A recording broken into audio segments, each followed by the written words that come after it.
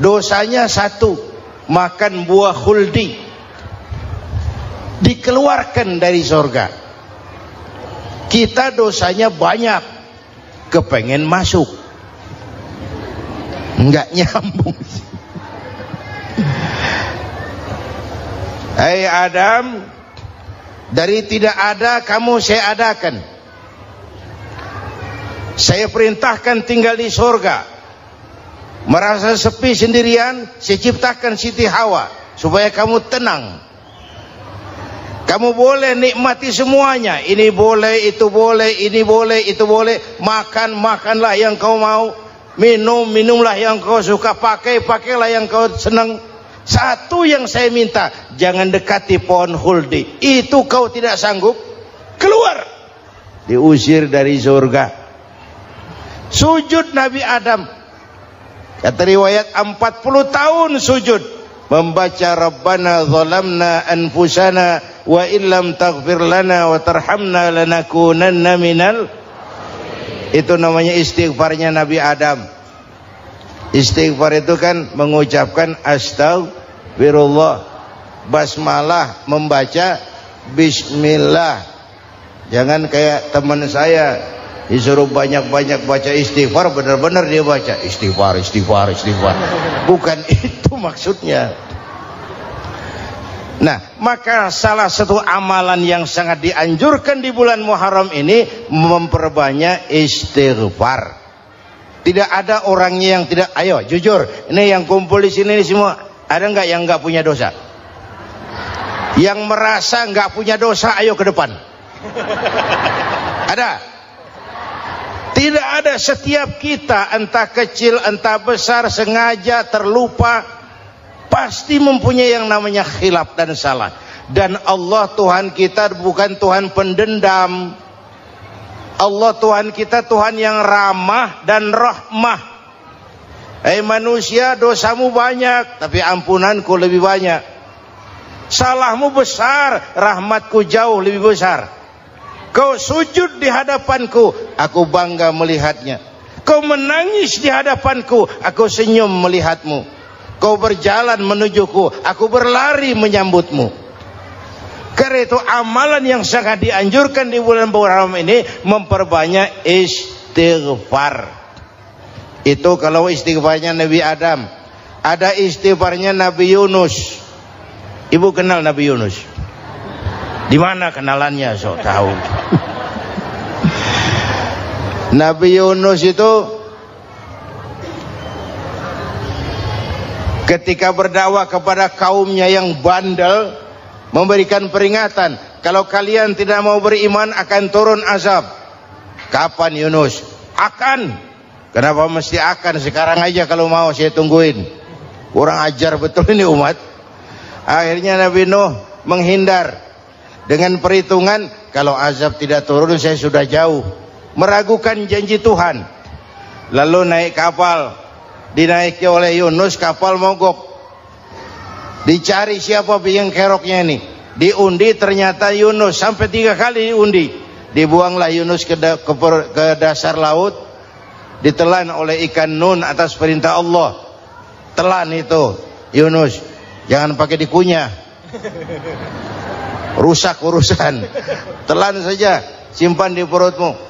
Dibawa oleh ikan nun ke dasar lautan. Itu yang oleh Quran dikatakan bertemulah 3 macam kegelapan. Zulumatun salas. Gelapnya tengah malam, gelapnya di dasar laut, gelapnya di dalam perut ikan. Itu namanya peteng. Mbahnya gelap. Di perut ikan itulah Nabi Nuh sadar akan kesalahannya, meragukan janji Allah, meragukan janji Allah. Ia sujud di dalam perut ikan itu, membaca la ilaha illa anta subhanaka inni kuntu. Itu istighfarnya Nabi Yunus. Dibacakan istighfar begitu, ikan sakit perut pak. Di dasar laut kemana mau cari apotik? Dia naik ke permukaan, memuntahkan isi perutnya. Nabi Yunus keluar dengan selamat. Itu pun terjadi pada hari ke-10 bulan Muharram. Istighfar intinya itu. Itu amalan utama bulan Muharram, memperbanyak istighfar. Allah selamatkan Nabi Nuh dari bahtera banjir yang luar biasa, 10 Muharram. Allah selamatkan Nabi Ibrahim dari pembakaran Raja Namrus, 10 Muharram. Setelah Nabi Ibrahim itu menghancurkan berhala-berhala, Abrahat pulang mau ibadah, lihat Tuhannya berantakan, marah besar. Siapa yang menghancurkan Tuhan-Tuhan kita ini? Ada yang lapor, kami lihat Ibrahim. Tangkap. Belum ada bukti, tangkap dulu yang penting, bukti belakangan. Tangkap. Wah, dikerahkanlah aparat, tangkap Nabi Ibrahim, disidang langsung oleh Abrahat, oleh Namrus maksud saya. Ibrahim, kau yang menghancurkan berhala-berhala kami ini, Tuhan-Tuhan kami. Siapa bilang? Ada yang lapor. Saya dengar enggak semua berhala itu hancur, ada yang paling besar. Angkat tangan, saya lihat ada kampak di tangannya. Barangkali yang besar itu iseng tuh, yang kecil-kecil dikampakin. Tanya aja sama dia, kamu gila? Kenapa? Masa kami disuruh nanya berhala? Nggak bisa jawab. Nggak bisa jawab. Lah kenapa disembah? Lebih gila mana sih? Tahu nggak bisa jawab kenapa disembah? Kurang ajar kamu Ibrahim. Bakar, dibakar. Ketika Ibrahim dilempar ke kobaran api yang menggunung, Allah perintah api, ya naru kuni bardan wa salaman ala Ibrahim. Hai api, dinginlah sampean. Api Madura waktu itu, Pak. Hai api, dinginlah sampean, selamatkan Ibrahim. Api tunduk kepada perintah Allah. Ibrahim masuk ke kobaran api, selembar rambut pun tidak terbakar. Kenapa? Apinya tunduk kepada perintah Allah. Kenapa? Karena Ibrahim orang yang takut kepada Allah. Api tunduk kepada perintah Allah. Kalau kita baca ayat itu, masuk ke api, mateng. Sudah hadirin yang saya muliakan, oleh karena itu selamatnya Ibrahim dari pembakaran Raja Namrud itu pun pada 10 Muharram, Yaumul Asyura, hari ke-10 dari bulan Muharram. Imedia. Bapak Ibu hadirin hadirat yang saya cintai, sebagian kecil tentang Nabi Adam, Nabi Ibrahim dan Nabi Yunus, tapi saya belum menceritakan tentang Nabi Nuh tadi. Mengulang kaji, Nabi Nuh salah seorang rasul yang masuk ulul azmi 5 besar, karena memang perjuangannya menggambarkan satu usaha yang ulet dan luar biasa. Beliau diberi umur 950 tahun, lalu berdakwah selama 900 tahun, sore, pagi, siang, malam. Dapat pengikut tidak lebih 80 orang, rata-rata 10 tahun satu. Kalau saya minta berhenti aja jadi nabi, Pak. Ustadz mana masih mau buka pesantren, 10 tahun buka pesantren, yang nyantri cuma 1. Pedagang mana yang masih mau dagang, 10 tahun dagang yang beli 1. Pimpinan partai mana yang masih mau kampanye, 10 tahun buka partai, yang nyoblos 1. Bangkrut. Umatnya bandel, kurang ajar, durjana, bajingan, tengik. Umatnya Nabi Nuh ini kalau diceramahi, telinganya ditutup dengan tangannya. Nabi Nuh akhirnya rekes, Tuhan, siang malam saya berdakwah kepada umat ini. Tiap kali saya sampaikan dakwahmu, mereka tutup telinganya dengan tangannya. Alergi dengar ceramah. Apa itu ceramah? Non profit. Saudara-saudara, jadi mau kamu gimana, Nuh? Sudah Tuhan, habiskan saja orang kafir. Nanti kalau punya anak, anaknya pun kafir lagi. Lebih baik bapak moyangnya sikat habis. Biasanya kalau bapak kalong, anak kampret. Bapak nyolong, anak nyopet. Fotokopi gimana aslinya? Hampir habiskan saja. Itu mau kamu Nuh? Iya. Oke. Nanti aku turunkan banjir Nuh. Buat kapal. Dengan apa saya harus buat kapal Nuh? Ya dengan kayu, kata Tuhan. Kayunya dari mana Tuhan? Ya dari pohon Nuh. Pohonnya belum ada Tuhan. Ya tanam dulu Nuh. Bikin kapal kayunya nanam pohon. Apa artinya? Perjuangan perlu kesabaran. Sukses itu ada prosesnya. Nggak bisa simsalabim abracadabra lalu kita mau sukses. Semua ada prosesnya. Walaupun kenyataannya begitu. Sukses banyak bapaknya, gagal itu yatim. Kalau kita sukses banyak yang ngakuin. Yang baru ketemu pakai manggil encing. Ketemu baru. Tapi sukses banyak bapaknya. Gagal yatim, nggak ada yang mau ngakuin kalau kita gagal itu. Udah bikin kapal dengan kayu di tengah kampung, bikin kapal ini. Bayangkan di tengah kampung bikin kapal. Orang kafir makin menjadi-jadi. Lihat Nuh, kenapa? Makin sarap. Bikin kapal di tengah kampung mau belayar kemana? Tuh lihat, kalau orang nggak tahu tujuan, mountain setengah jalan. Proses yang dinilai bukan finalnya. Ya kayak gitu kesimpulannya. Saya enaknya sendiri. Bikin kapal. Kapal mendekati selesai. Ini orang kafir rame-rame datang ke kapal Nuh. Mau apa? Buang najis. Sakit perut berangkat ke kapal Nabi Nuh. Nongkrong. Dapat 2-3 tumpuk pulang. Penuh lantai kapal dengan najis manusia. Inilah perjuangan. Bukan jalan raya lurus bertabur bunga di kanan kirinya. Banyak ondak dan duri, fitnah, caci maki, antipat, segala macam. Nuh. Ada orang tua dasar kafir, kurang ajar, sudah stroke berangkat juga ke kapal Nuh. Mau buang najis, pincang-pincang digotong orang. Selesai buang najis dia bangun mau pulang, pegangan tiang kapal terpeleset jatuh di atas tumpukan najis. Terjadi keajaiban, yang stroke-nya sembuh, lumpuhnya hilang, berangkat digotong-gotong pulang, jalan gagah sekali. Tapi orang kampungnya heran, ente sudah sembuh? Sudah. Berobat di mana? Kok begitu paten? Di kapal Nuh. Masih banyak.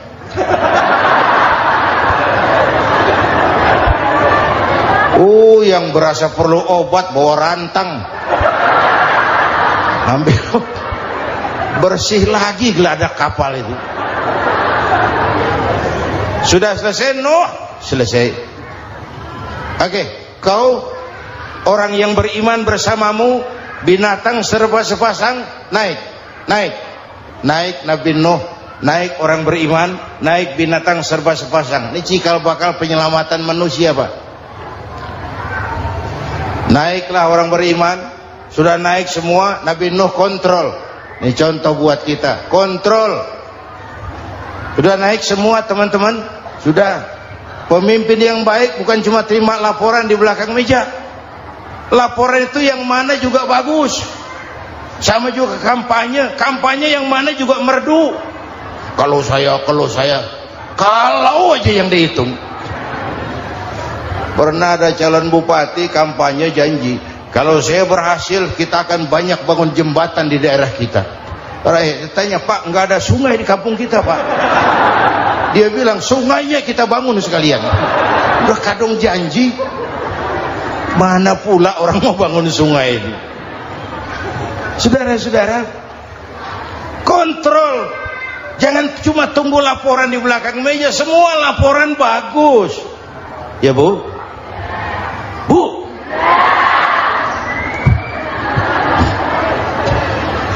Nabi Nuh kontrol. Sudah naik semua? Sudah Nuh. Pulan bin Pulan naik. Naik Nuh. Paimin bin Tukijo naik. Kami lihat naik. Ada orang Jawa juga Kiai? Ada. Sudah kontrol, Kan'an anak saya ikut nggak naik kapal?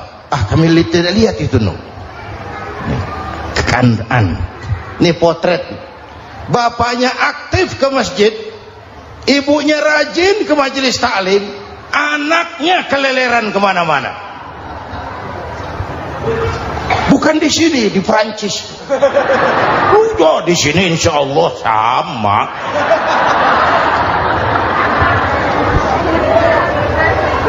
Nuh karena sayang anak, Nuh karena cinta anak, Nuh karena tanggung jawab anak, cari naik ke atas kapal. Lihat Kan'an anak saya? Nggak lihat Nuh. Turun ke ruang bawah, periksa lagi. Mang, ayah Kan'an di dia. Jamaah Tasik ini rupanya di dalam. Tuh ayah mang. Ayah ke mana ya budak ini? Turun ke bawah, tanya lagi. Ono Kan'an to? Ora nano raketo. Rombongan Jawa Tengah. Naik ke atas buritan. Dari buritan kelihatan ternyata Kan'an tidak ikut naik kapal, kumpul di darat bersama orang kafir. Ini potret kita sekarang. Kumpul sama orang kafir, hanyut anak-anak kita, ditelan budayanya orang kafir, ditelan tradisinya orang kafir, ditelan pergaulannya orang kafir.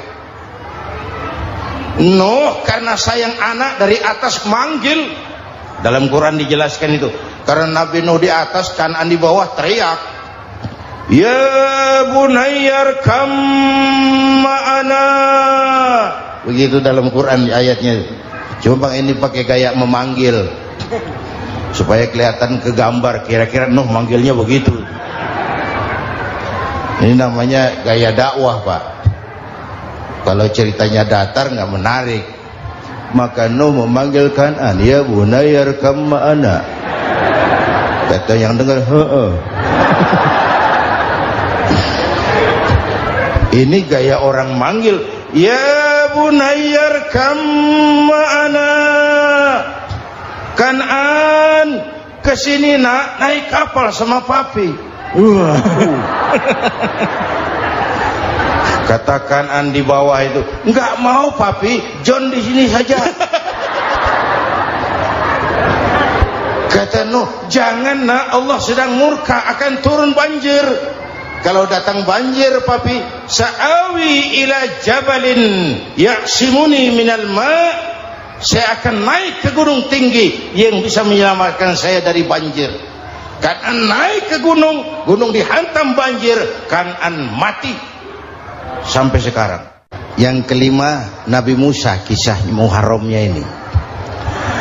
Lahir dalam kondisi yang sulit karena Fir'aun mimpi akan lahir seorang anak dari keturunan Bani Israel yang akan menghancurkan kerajaannya.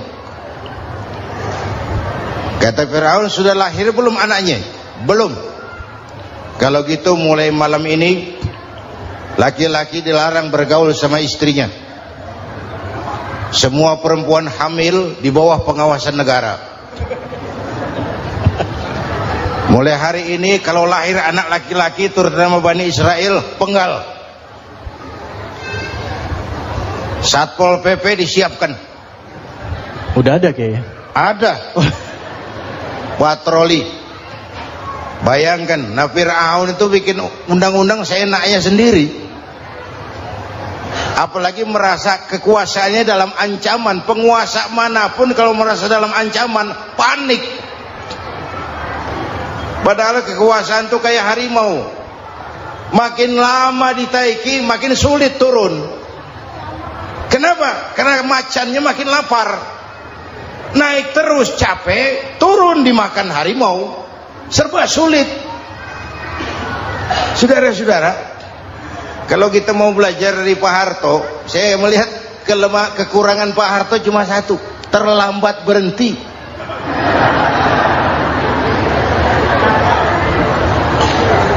sambat berhenti. Di sekelilinginya banyak tukang-tukang jilat, tukang-tukang semir. Pak, kalau tidak ada bapak kami bagaimana, Pak? Saudara hadirin yang saya hormati, maka sering saya ingatkan, temanmu yang sejati adalah teman yang membuat kamu jadi benar, bukan teman yang selalu membenarkan kamu. Berapa banyak pejabat-pejabat hancur karena selalu dibenarkan oleh lingkungannya. Bapak benar, Pak. Bapak bijaksana, Pak. Itu tepat, Pak. Benar. Buang angin pun kata kelilingnya, oh Bapak sehat. Temanmu yang sejati, teman yang bikin kamu jadi benar, bukan teman yang selalu membenarkan kamu. Bapak Ibu hadirin yang saya hormati, tapi kehendak Allah terjadi. Lahirlah Musa. Bayinya dihanyutkan di sungai Nil. Bayi sudah menderita, dihanyutkan di sungai Nil. Dan akhirnya besar di lingkungan istana Fir'aun. Diriwayat oleh Ratu Aisyah, perempuan Fir'aun,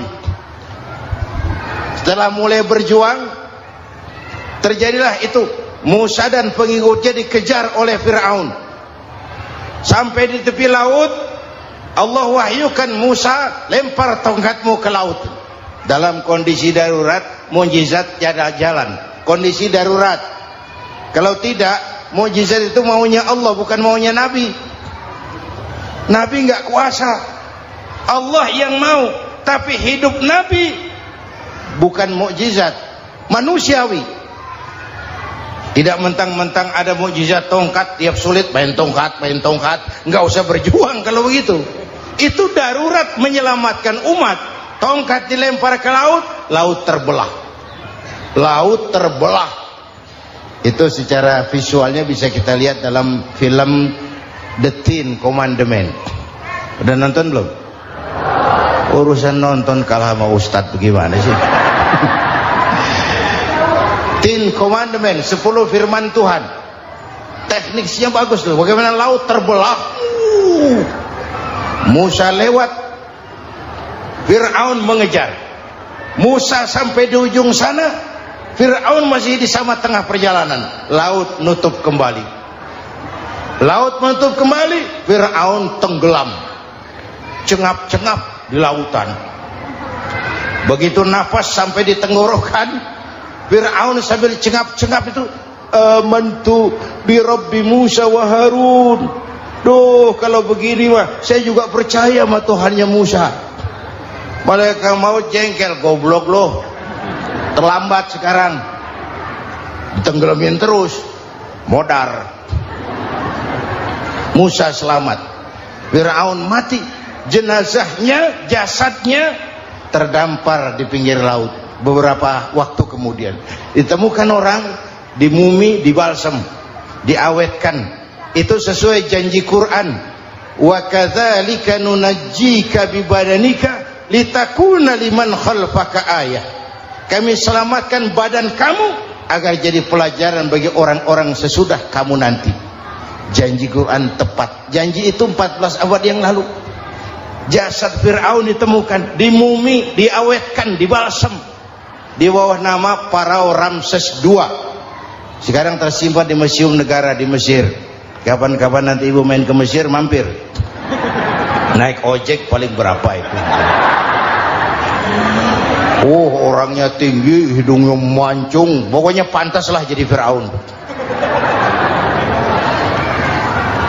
Selamatnya Musa di kejaran Fir'aun di ujung sana itu terjadi pada hari ke-10 bulan Muharram, yang oleh orang Nasrani diperingati dengan hari raya Paskah. Mereka melaksanakan puasa, mensyukuri nikmat keselamatan dari kejaran Fir'aun. Makanya kalau kita ikut puasa di bulan Muharram, bukan mengikuti syariatnya Nasrani, salah. Karena Nabi mengajarkan, itu sumbernya. Bukan ikutan sama ibadahnya Israel. Tapi memang agama ini kan merupakan mata rantai.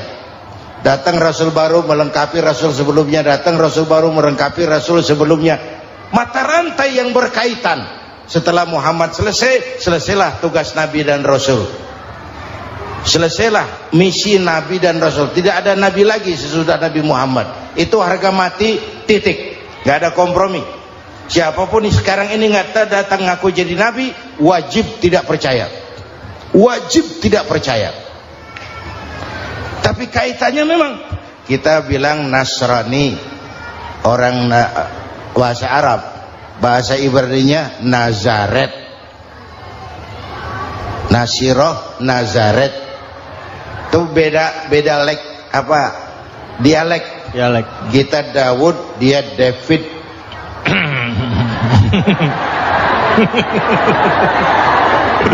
Ibrani. Kita Ali, dia Alek. Kita Sulaiman, dia Solomon. Kita Camat, dia Comot. Ini yang ngomong ini comot sembarang. Media. Bapak dan Ibu jamaah yang saya cintai, pertanyaan pertama, hijrah qalbiyah. Ada hijrah badaniyah, hijrah fisik yang dilakukan Nabi dan sahabat dari Mekah ke Madinah. Itu hijrah badaniyah. Ada hijrah qalbiyah, hijrah hati. Dan ini yang kita perlukan sekarang. Karena refleksinya akan membias kepada alur kehidupan. Kalau hati kita mau berhijrah. Masya Allah, sangat luar biasa tausiah yang sudah disampaikan oleh guru kita Al-Mafrullah Kiai Haji Zainuddin MZ. Sahabat beriman yang dimuliakan Allah, tetaplah di channel ini karena kajian ini belum selesai dan masih banyak lagi hal-hal menarik yang akan disampaikan oleh beliau. Tetaplah di channel ini dan mari kita lanjutkan kembali. Selamat mendengarkan. Fisik akan ngikuti hijrah dari malas ibadah menjadi rajin ibadah. Hijrah dari maksiat kepada yang ma'ruf, dari berpecah belah menjadi bersatu. Hijrah seperti itu yang sangat kita perlukan. Apalagi masyarakat ini paternalistik. Kita harus hijrah mental sekarang ini. Maka yang disampaikan tadi benar. Seorang ketua MK siap mengundurkan diri kalau terbukti anak buahnya terlibat suap. Itu walaupun siap, tapi sudah angin segar buat rakyat. Bahwa masih ada banyak insya Allah pejabat kita yang punya harga diri. Walaupun ada juga pejabat kita yang muka tembok, kulit badak, kuping kebo. Muka tembok, kulit badak, kuping kebo. Biasanya kalau kereta api tabrakan di negara-negara maju, Menteri Perhubungannya mundur. Di kita petugas palang pintu dipecat. Jauh sekali menteri sama petugas palang pintu. Yang benar-benar diadili yang krocok-krocok, kopral-kopral itu. Padahal hadisnya jelas, ar-rashi wal murtashi finnar. Yang nyuap dan yang nerima suap dua-duanya neraka. Kasus potret belakangan ini, yang nerima suap, yang diuber, yang nyuap aman, yang nyuap aman, yang korupsi pajak dikecil-kecilin, yang ngemplang pajak aman, padahal ngemplang pajaknya triliunan, padahal dia sudah dikasih fasilitas oleh negara mengelola sumber daya alam negara yang artinya milik rakyat. Dia harus bayar pajak, uang pajaknya dikumpulkan bagi sebesar-besar kemakmuran rakyat. Itu tindakan merugikan rakyat. Karena itu betul, saya setuju, hijrah qalbi yang perlu kita lakukan sekarang. Hijrah hati. Kita ini bangsa Indonesia, seperti timnas. Timnas sekarang anak-anak muda sudah berani pakai baju PSSI. Iya. Kenapa? Menang. Coba kalau kalah terus, nanti menang. Tapi bangsa Indonesia itu memang seperti timnas, namanya kesebelasan. 11 orang Walaupun ada pemain bintang ya ada presiden, gubernur, menteri, itu bintang-bintang. Tapi bintang baru ada artinya kalau dibantu 10 pemain yang lain.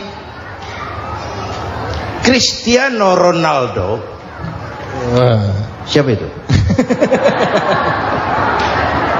Penyerang tengah Real Madrid, bintang. Lionel Messi, siapa lagi itu? Barcelona, bercelana.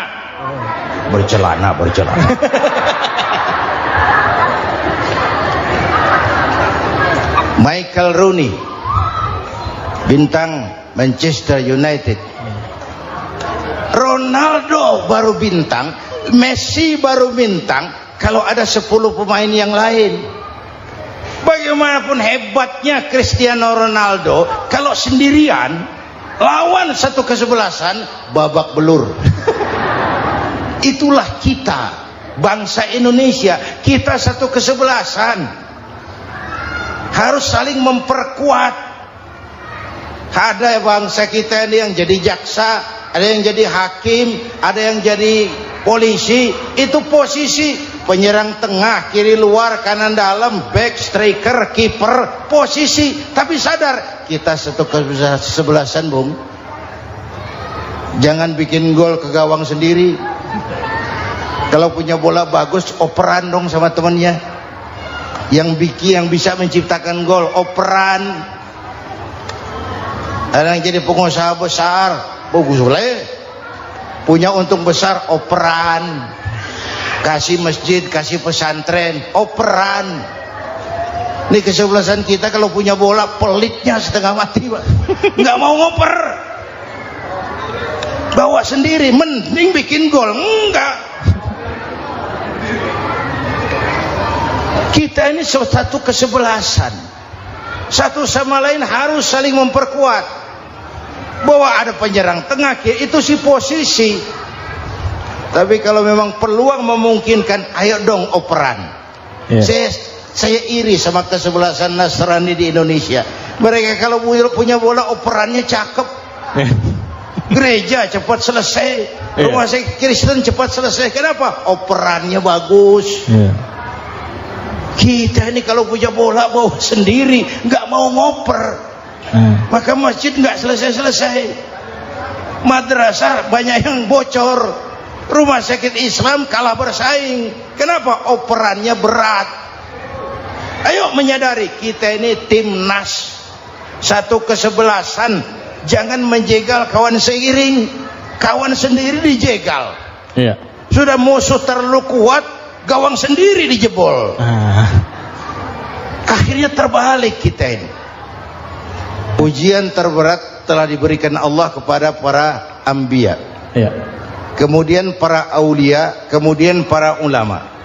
Summal amsal fal amsal, ke bawah dan ke bawah, diuji setiap orang menurut kekuatannya berpegang kepada agama. Kalau karena anak Melayu bilang, kalau takut dengan ombak, jangan berumah di tepi pantai. Kalau takut diterjang ombak, jangan berumah di tepi pantai. Kata ibu tadi, mau jadi pohon tinggi harus berani ketiup angin. Makin tinggi pohonnya, makin keras anginnya. Takut angin, jangan jadi pohon tinggi, jadilah rumput.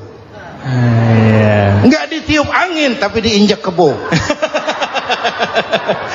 Apa yang nggak ada resikonya? Apa yang nggak ada resikonya?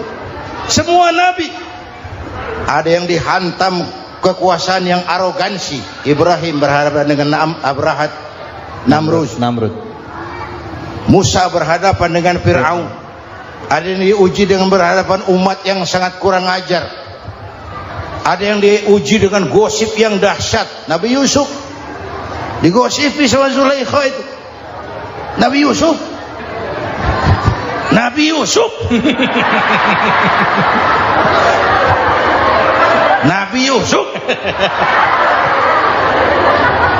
Yang namanya gosip itu kan menyebarkan keburukan orang. Kalau benar saja hukumnya ghibah. Kalau salah hukumnya fitnah. fitnah lebih bahaya dari pembunuhan. Benarnya ghibah, salahnya fitnah. Saudara hadirin yang saya hormati, jadi resiko itu biasa. Tidak ada yang tanpa resiko. Kalau takut ombak, jangan berumah di tepi pantai. Tinggal bagaimana kita menyikapinya. Kalau kita dewasa, ini bagian ibadah saya kurang, mungkin karena dia omongin orang, tambah pahala saya. Mungkin karena dia omongin orang, tambah pahala saya. Maka saya ngadepi gosip sepatah pun saya nggak ngomong. Saya cicing, wae cicing. Saya percaya masyarakat tuh punya filter. Amin. Saya percaya Tuhan tuh nggak tidur. Kemudian melahirkan kita ke alam dunia ini, secara biologis bahan kita sama, dan tidak itu yang menentukan ketinggian. Alhamdulillahirrabbilalamin. Demikianlah kajian penuh ilmu, hikmah dan manfaat yang sudah kita dengarkan bersama dari guru kita Al-Mafrullah Kiai Haji Zainuddin MZ. Sahabat beriman yang dimuliakan Allah, mari kita doakan guru kita, semoga beliau diampuni segala dosa-dosanya dan dilapangkan kuburnya. Dan buat sahabat semua yang sudah setia menyimak tausiah ini sampai selesai, saya ucapkan terima kasih banyak. Semoga Allah Subhanahu wa taala senantiasa melimpahkan segala rahmat dan karunia-Nya kepada sahabat semua. Selalu diberikan kesehatan, dimudahkan segala urusannya dan dilancarkan rezekinya. Amin ya rabbal alamin. Demikian yang dapat saya bagikan, kurang lebihnya mohon maaf. Sampai bertemu lagi di kajian berikutnya. Wabillahi taufik wal hidayah wa ridha wal inayah. Wassalamualaikum warahmatullahi wabarakatuh. Setelah kita mendengarkan bersama tausiah penuh ilmu, hikmah dan manfaat yang disampaikan oleh guru kita Al-Mafrullah Kiai Haji Zainuddin MZ, sekarang mari kita lanjutkan aktivitas kita masing-masing. Semoga apa yang sudah disampaikan oleh beliau menjadi ilmu yang bermanfaat dalam kehidupan kita sehari-hari. Dan buat sahabat semua yang sudah setia menyimak tausiah ini sampai selesai, saya ucapkan terima kasih banyak dan selamat beraktivitas. Sampai bertemu lagi di kajian berikutnya. Wassalamualaikum warahmatullahi wabarakatuh. Bismillahirrahmanirrahim. Assalamualaikum